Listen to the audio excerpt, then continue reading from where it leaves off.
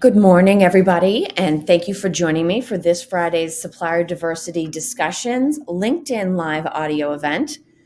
My name is Kelly Barner, and I will be, your host and moderator for this morning. I'm actually going through and pulling all of my guests up on stage, so give me a minute here to get them in, and then we will get the conversation underway. All right. Excellent. So I will keep an eye on the listening panel down below. I will tell everybody as we start this, we are both live and I am also recording the audio from this locally.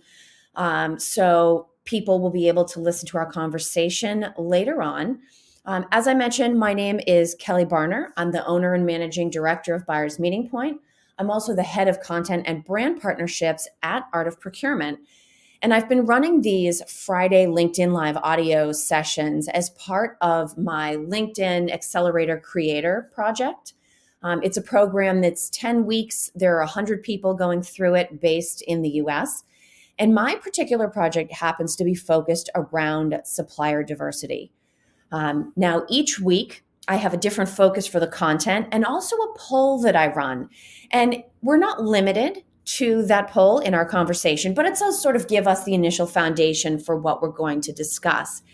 And this week, we're going to be talking about maybe how we should reconsider how we define diversity in terms of supplier diversity programs. So the poll question that I had run was asking, the traditional supplier diversity categories are minority owned, woman owned, veteran owned, LGBTQ owned, disabled owned, small, and hub zone certified. Now, there are some variations as well as combinations of those. For instance, service disabled veterans is an additional class, but those are kind of the typical categorizations. So in my poll, I had asked if we were going to add another category, what would it be? And the options that I gave were religious affiliation, neurodiversity status, and age. And I have those results to share with you today. But before I get into that, I would like to introduce you to everybody that is joining me. And before we get started, Jason, I'll also just remind you, if you've decided to join us on stage, all you have to do is raise your hand and ask to speak. I'll keep an eye out for that. There you go. Thank you. And I will pull you in. So I have a full crew here this morning. Let me run through and tell you who is on the speaking floor with me. I have Philip Eidson, founder and managing director at Art of Procurement. I have Helen McKenzie, head of community and events at Art of Procurement. Kanda Rozier, president of Collabra Consulting. Heather Foch, once again joined by royalty. We have the founder and toner queen at Quality Imaging Solutions. Jason Roberts, who is the CEO and founder of Kalida, and Kartik Rama, who you might know better as the sourcing doctor. So thank you so much, this incredibly robust panel of people that I have with me. Let me share, without further ado, the results. And I'm going to tell you right up front, I was very surprised. These are not the results that I was expecting. So the number one category receiving votes at 52%, so more than half of the people, when asked what additional category of diverse should we add to corporate supplier diversity programs, said neurodiversity status. Now, I know this is new to a lot of folks, so I'll be giving you a little bit more information about that in just a moment, but that was the number one category. The second category, with 45%, was age. And then finally, in a very distant third place, we had religious affiliation with 3%. So before we jump in and I get some feedback from my guests this morning, let me give you sort of two definitions that I went and pulled this morning around what neurodiversity means. So one of the interviews that I shared this week was with Philip Vlieger, and he's the vice president of supplier diversity at Disability In. That's the organization that both certifies and advocates for disabled-owned business enterprises. They call them DOBEs, DOBES. Their definition of neurodiversity is diversity of thinking styles and abilities. So I decided to get another definition just for a little more context. And I pulled from the Oxford English Dictionary that it has to do with the individual function and behavioral traits considered part of normal variation. And the example they gave, and I think it's always helpful to have an example, is that, for instance, you might consider someone that is on the autism spectrum as being part of the neurodiverse community. So I think to start, Jason, you had joined us a few weeks ago to talk about things, and you and I have also had some discussions, through conversations, through chats, through direct messaging. Can I pull you in first, both to get your initial reaction to neurodiversity getting 52% of the vote, and also maybe to talk a little bit about any experience you have with companies that are trying to bring members of this particular community into their supplier diversity program? And I'll also just remind you to unmute before you speak. There you go. Yes, Kay, thank you very much, and good morning to you, and hello to the panel as well. It's a fantastic question, and interestingly, we've been doing some work with neurodiverse individuals as well. What we're seeing from companies is that there's certainly a desire and appetite to leverage the skills of someone who's neurodiverse. However, the neurodiverse community are quite clear they don't want to be pigeonholed into any particular box as well. So, for instance, where someone is let's say autistic or has autism, or there's often a perception, maybe due to Hollywood, that those individuals will be great at maths. And as a result of those kind of stereotypical kind of qualities that autistic people tend to have, allegedly, when buyers want to work with neurodiverse individuals, they never try to hire them to do particular jobs. And that's a challenge that corporates have to deal with, to understand that you don't necessarily you can't pigeonhole someone based on their diverse identity, whether it be neurodiverse or female or etc. So it's just interesting to allow people to still be themselves and be their own normal, while trying to give them access to opportunity as part of their program.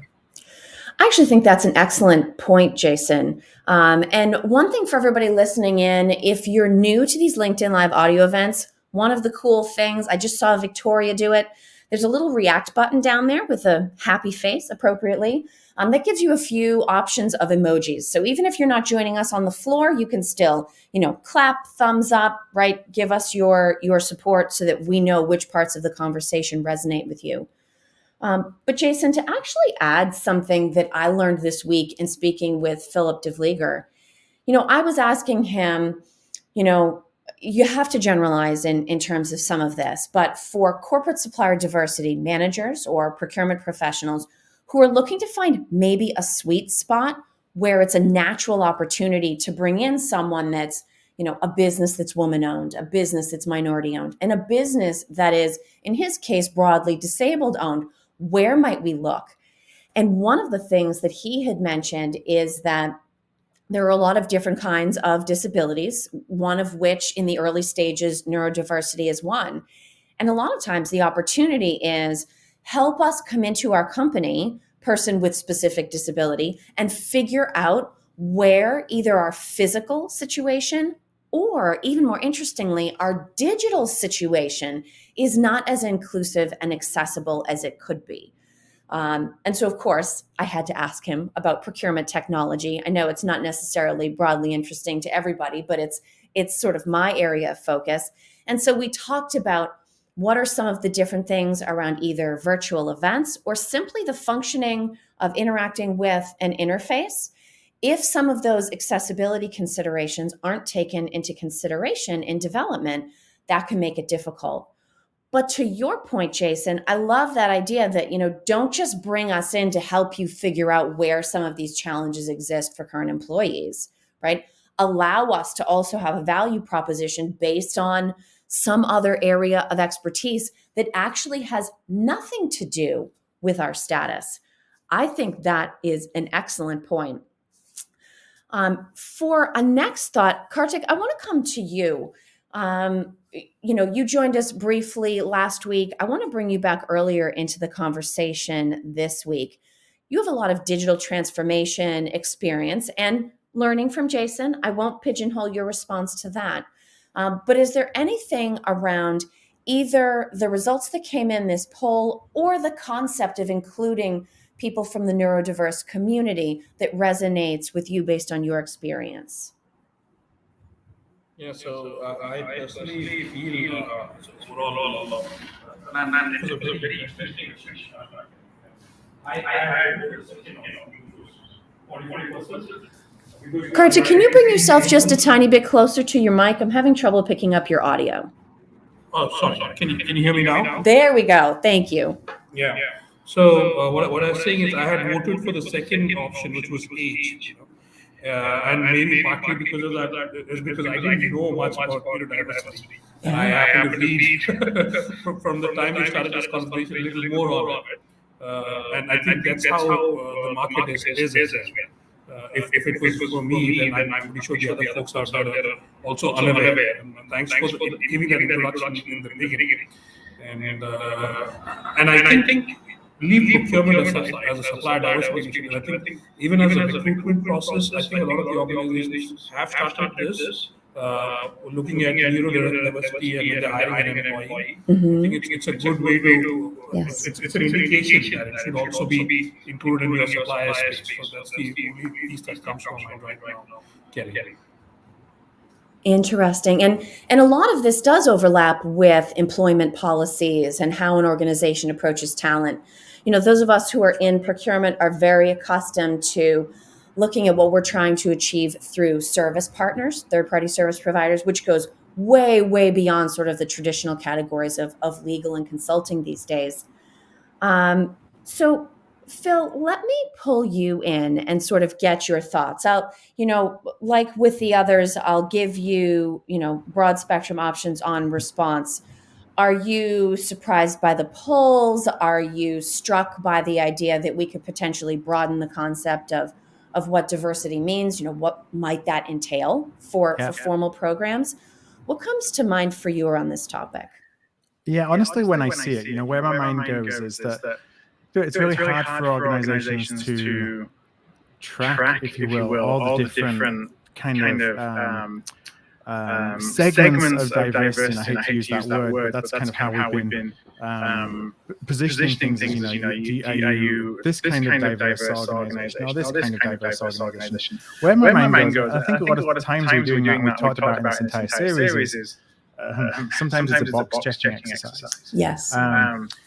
It's really interesting to start to talk about employees, because where my mind goes is like the intention shouldn't be to say, okay, well, we have channeled X% of spend through somebody who is certified as a diverse company this year versus last year. It's more like, who are the individuals that are being impacted? Are we helping under-advocated members of the community be gainfully employed, have opportunities that they want to pursue to achieve their dreams, their ambitions, and that may be as a business owner, but that may be as an employee. So, when you start thinking about all the different additional categories you can bring in, one of the things that came to my mind was what about those that are rehabilitated former prisoners, for example, like who's advocating for that group of people? So as procurement, I think that we can go and be asking those questions in our RFPs, not to say we're going to go and source with somebody who's a diverse certified supplier.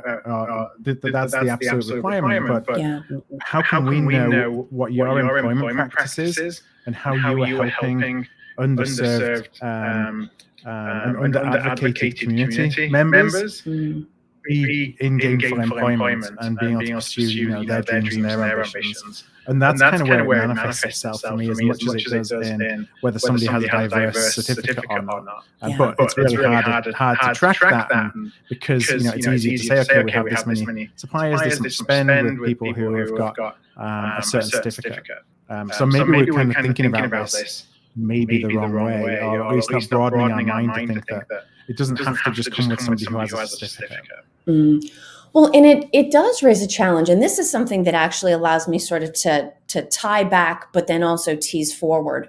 a couple of weeks ago, we talked about the importance not only of having a why, this core driving vision behind your supplier diversity program.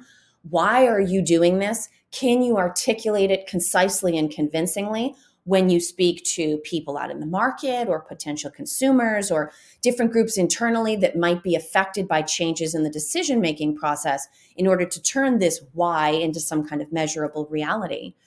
But in the last week of my program, I'm going to be sharing some really striking comments by one of the ladies that I interviewed. And she talked about, the fact that at the core of supplier diversity programs, especially given the surge that we've seen in 2020, is that it was really about reflecting minority-owned businesses. Now, all of these different programs have benefited, truthfully, but at the core of that has been a sense that we want to achieve some kind of equity or equality around representing minority-owned businesses in our corporate supply programs.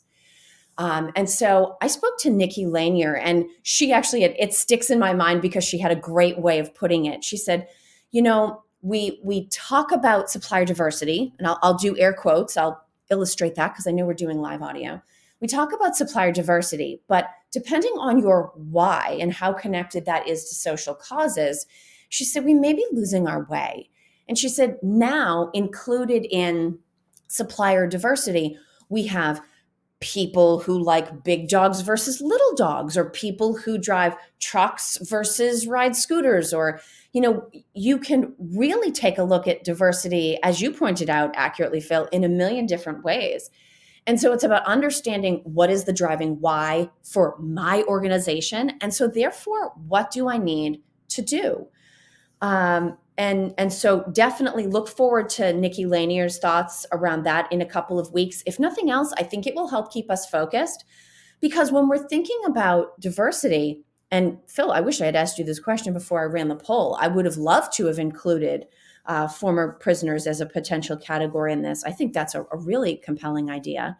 When we think about the things that drive how we think, certainly, literally, that involves neurodiversity. It involves people experiences associated with religious affiliation or associated with having potentially served time. But it also has to do with our time on Earth. And so, Kanda, I'm going to bring you in because you and I have had a lot of discussions offline. And one of those actually was my original inspiration for running this particular poll. Can you talk to me about the results, maybe what you thought, would have come out differently? Are you surprised by the results? And then any thoughts based on your experience around, as we've been discussing, what actually drives diversity in practice? Thanks, Kelly. I have to admit, I was very surprised by the results. And part of that is because I'm in full disclosure, I'm in an age group where I have personally felt that ageism has come into play as I talk with clients or potential clients. So there was a very personal aspect for me. So I was surprised by the results on one level. And then I guess on another level, I'm not. And it goes back to part of what Phil referenced and some of the themes that you've talked about throughout the series is that there's so many things that can be included in diversity, and we tend as humans to view the world through the lens that is based on our own experience and that is most applicable to us. Yes. And so I'm not surprised that I was surprised because my lens would focus me on ageism as being perhaps the the top one in the poll, but I'm also not surprised that neurodiversity, where I have on a personal level very limited experience, was so high. But I think from the standpoint of how does that affect procurement leadership, and again, this has been a theme we've touched on throughout the series, is that we have to really focus on what is it that is meaningful as a driving premise, as a driving value for my company, if I'm sourcing in terms of my suppliers, and then to the point that several people have made, we then need to say, and who are the suppliers that can best deliver that, and not get into, I think, Phil and Jason both have touched on this pigeonholing people, and pigeonholing groups of people. And so it becomes, I think, a bit of a balancing act for companies and for procurement programs to stay true to their values, stay true to the company's objectives to bring in the best supplier for the requirement, and yet do the right thing and embrace and enable groups of diversity, whatever they may be. Yeah. Can I jump on that, please, Kate? Yes, of course, Jason. Yeah. Kind of completely right. When we think about it, we've already got in employment law the 9 protected characteristics. That's designed to protect people from prejudice based on a number of those characteristics, which include disability, gender reassignment, marriage, religion, and sexual orientation, including age. But supplier diversity is there for a different purpose. It's not to prevent. Is there to support you based on not on those characteristics, but because you have less access to opportunities to sell your product or service because of the communities or the diverse identity that you have.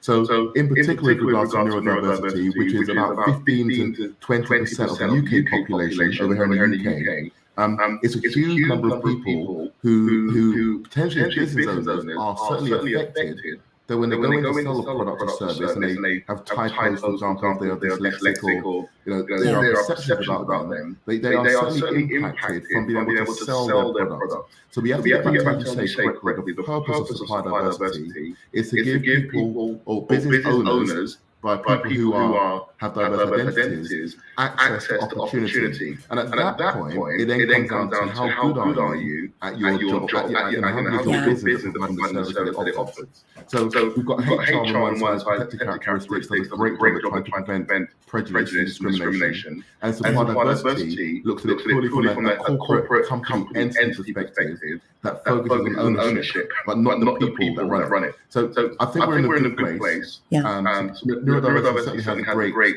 traction over here in the UK, and it's a great question for you to pose today.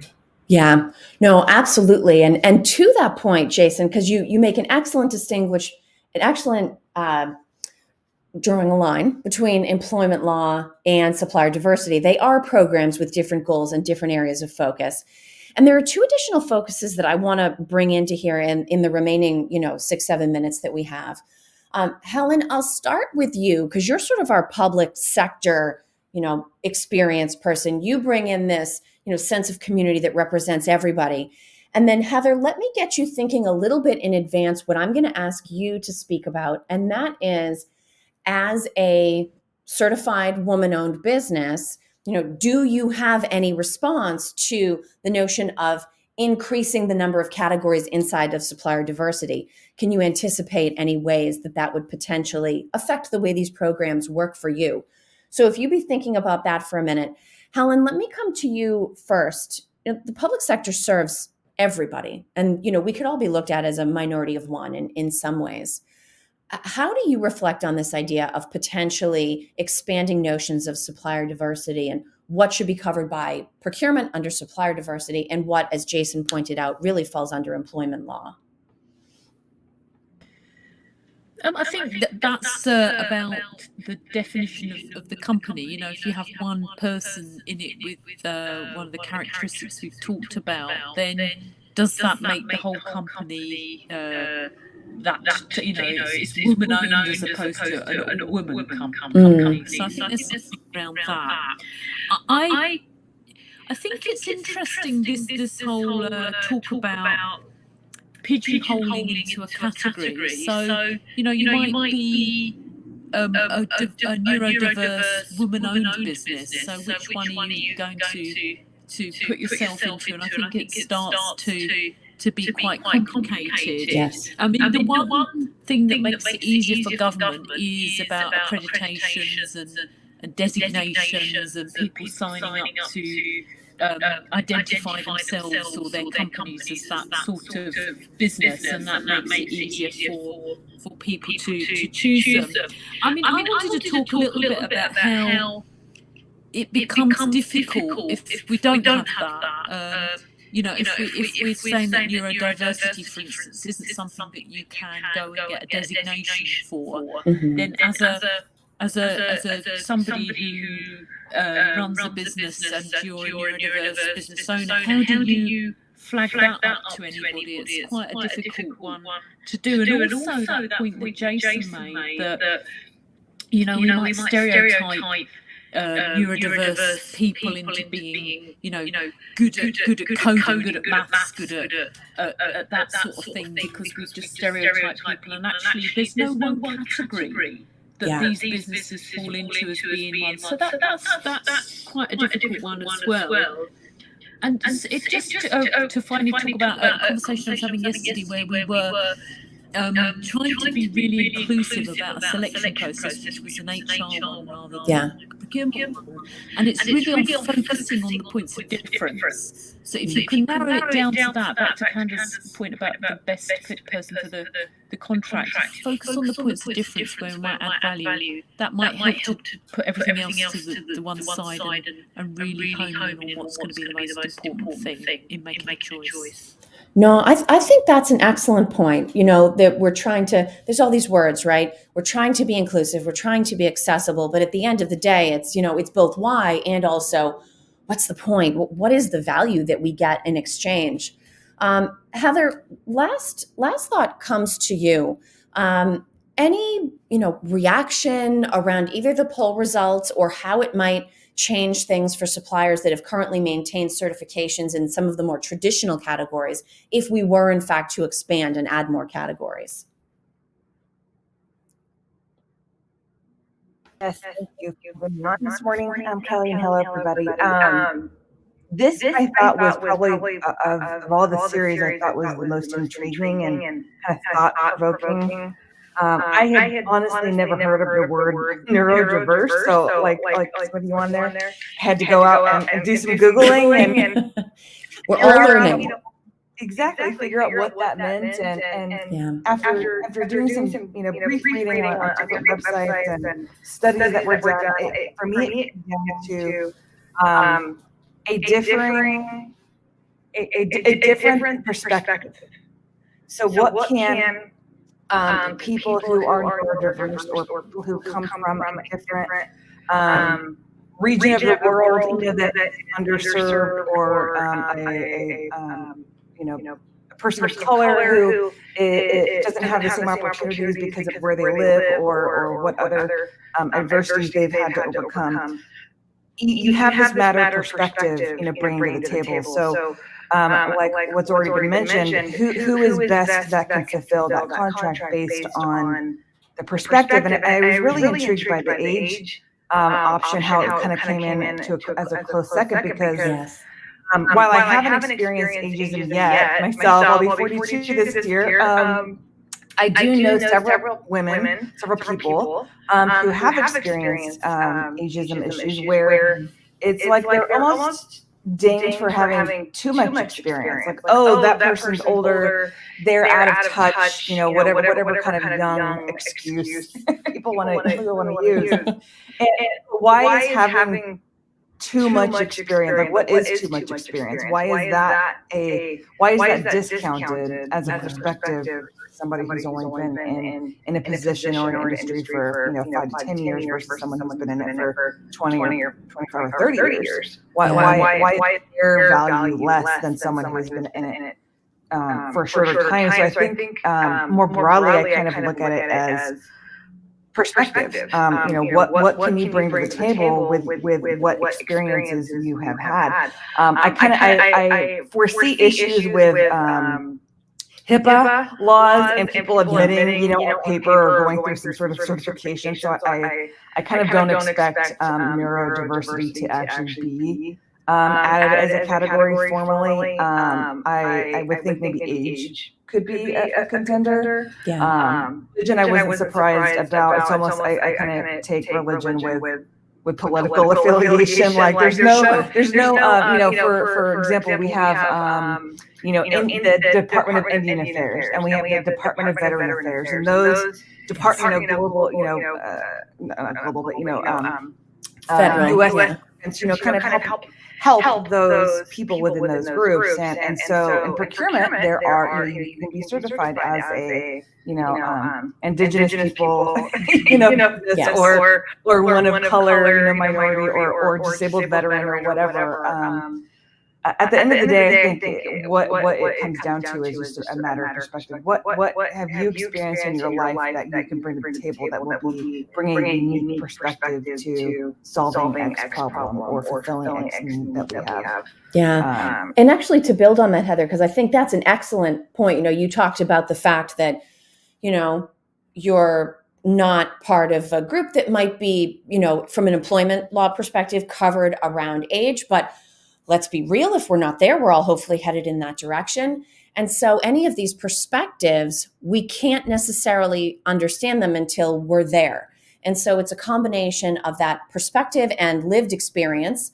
Some of these, you're born a race and it is what it is, right? You either enter the military and then eventually achieve veteran status, or you don't. But ageism is an interesting example, because everybody who's lucky and lives long enough is eventually going to enter that category of potentially needing that type of consideration. And so that brings us down to advocacy. And so it's people that associate with any of these groups that are willing to get out there and speak and advocate for the value associated with those perspectives. That is the other piece of this. And so one quick comment, sorry. One last quick comment, Jason, and then I'm going to wrap us. Thank you. So very quickly, I think when we talk about why supply diversity, the question is, and when we look at what groups do we protect, the question is, where do people show unconscious bias? So with ageism, it actually happens in reverse as well. You can be quite young and actually experience discrimination or prejudice because of your age, as well as be older and not have access to the same opportunities as well. So the question is, where do people show unconscious bias? And those are the characteristics that should be protected. No, that's an excellent point. And so it's for all of us trying to focus on capabilities and value and benefits. And to the extent that we can, which is hard because we're all programmed in some ways based on experiences, making sure that we really do approach each supplier, each individual, each situation with as little bias as possible. And in the cases where we are concerned about bias, trying to be as self-aware as we possibly can. On that note, I want to, for the sake of my speakers, stay pretty close to on schedule. Listeners, do me a favor, a couple of things. If you liked what anybody said today, please reach out and follow them.